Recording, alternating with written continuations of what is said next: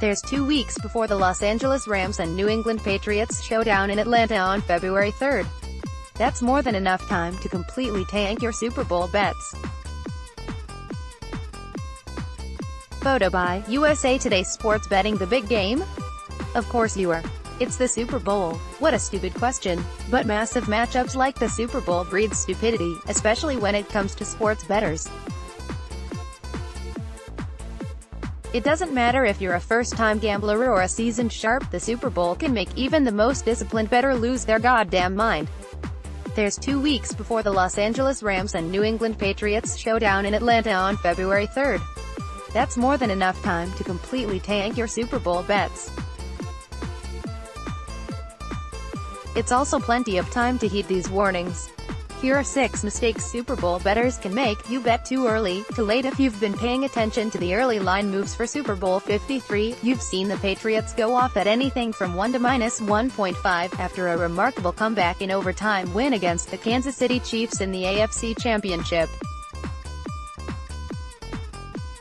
If you're a Pats backer and you didn't get down on that one spread, you may have missed your chance. Maybe you jumped the gun and took Los Angeles -1 and watched free points pass you by. First off, let those odds go, 'cause man, they're gone. Second, breathe. Third, realize that there are 2 weeks of wagering to be had on this game and that 98% of the money doesn't come in until the 48 hours before game time. That means movement is coming. Fourth, get an opinion and plan of attack. Know what you realistically want for a line and how much you want to pay for it. Patriots fans, you may want to grab the -1 or -1.5 on your beloved team now. Books took early money on Belichick's boys, and New England is the most public team in all of football, maybe in all of sports betting, so it may not get any better than giving this short spread. Rams backers, you may want to wait out that movement and see if you can get us something bigger before showtime. There has been some very aggressive line movement in recent Super Bowls. So hold tight, you might get what you want. That said, don't let a solid number pass you by. Waiting out a line move, I think that's a Bob Seger song, that may never come, could have you scrambling on Super Sunday and playing an overjuiced number or grabbing a spread you're not crazy about. The best plan of attack for wagering on Super Bowl props is to start with the spread and total, and then work backwards. Figure out how the game will play out. If you have Los Angeles to cover, then who and what will get it there?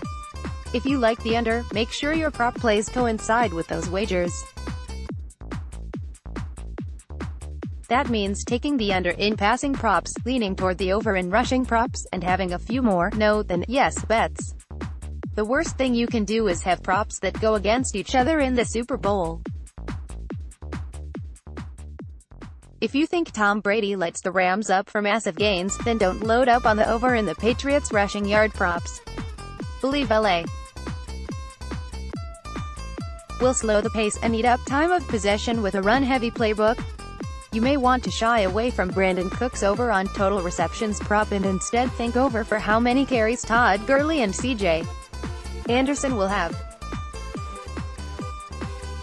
Didn't pay attention to prices. One of the worst rookie mistakes a new bettor can muff is not paying attention to the juice attached to each wager.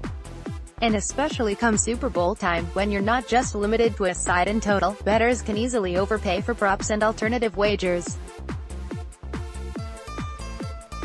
Certain props can hold a hefty price tag, either set that way to draw action or adjusted after the betting market has had its say. Professional handicappers are always wary of high-priced moneyline favorites in any sport, setting a limit to just how much they'll put down.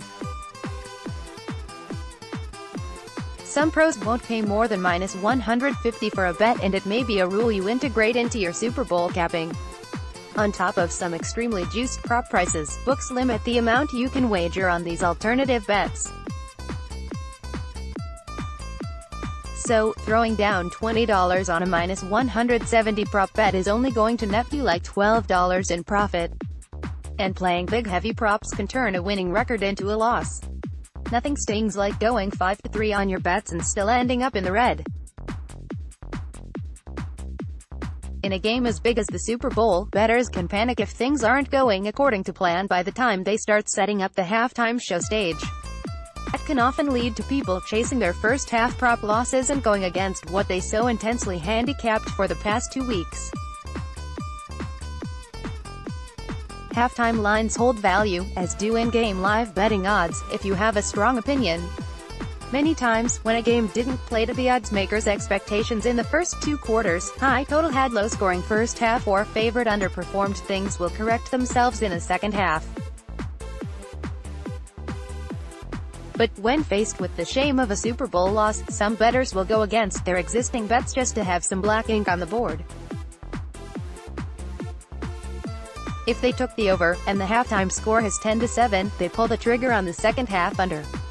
If they lead the favorite, and the chalk is getting beat up through 2 frames, then side with the underdog. As mentioned, these abnormalities often even out, and bettors can quickly wipe out a winning bet that was perfectly handicapped with a horrific halftime wager or live bet placed in sheer panic. Too much media. Trust your instincts when it comes to the Super Bowl line. If you've watched the NFL intensely each week since the preseason and haven't missed a minute of playoff action, you already have a firm grip on the 2 Super Bowl teams and how things should shake down. If your knee-jerk reaction was Patriots -1 is easy money, then it probably is. But for the next 2 weeks, the media is going to break down this game and put it back together 100 times. You will second-guess your wager probably just as much. Like a promoter hyping up a title fight, the Super Bowl will be sold as the matchup of all matchups. Both sides will present excellent reasons why they'll win. The public consensus will flip-flop like fish. Sharps will be on the Patriots one day and the Rams the next. Statheads will throw trends and numbers at you that go all the way to the invention of the forward pass. And in the end, what was supposed to be a tightly contested game when a field goal spread as a 22-0 wash at halftime. So much for all the media hype. Stick to your guns. First, instincts are usually the right ones. Don't oversoak your brain in 2 weeks' worth of media mush. Pick and choose who you listen to, or get your bets down and tune out the big game buzz until kickoff, like avoiding Game of Thrones spoilers. I'm only on season 2, damn it. Super Bowl 53 is set. Check out the latest betting odds for the big game on our NFL Live Odds page. You sucked all the fun out of it. If you're a fan of the Patriots or Rams, you've earned the right to be a little uptight for this game. I would be if my team was playing in the Super Bowl. But for the rest of us losers, who are left to just bet on the big game, don't ruin what is the final football game that matters until September. Some guys think big game equals big bets. If you've been stashing your nickels away for a big-ass betting bonanza on Super Bowl Sunday, then have at it, but only if it's within your means. Nothing takes the fun out of watching the Super Bowl like wondering how you'll pay the rent after a disastrous interception in the end zone.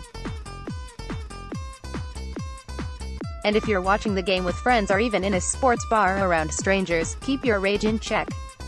There's no need to start dropping F-bombs and getting your Tom Brady unders in a bunch because you didn't nail that coin flip bet. Sports betting is entertainment. And there's no bigger show than the Super Bowl. Enjoy the game, win or lose. Think you know WHO will cover the Super Bowl pointspread? Make it a pick an hour free-to-play contests. Editor's note: this article was originally published in Jan. 2015. Stats and info have been updated.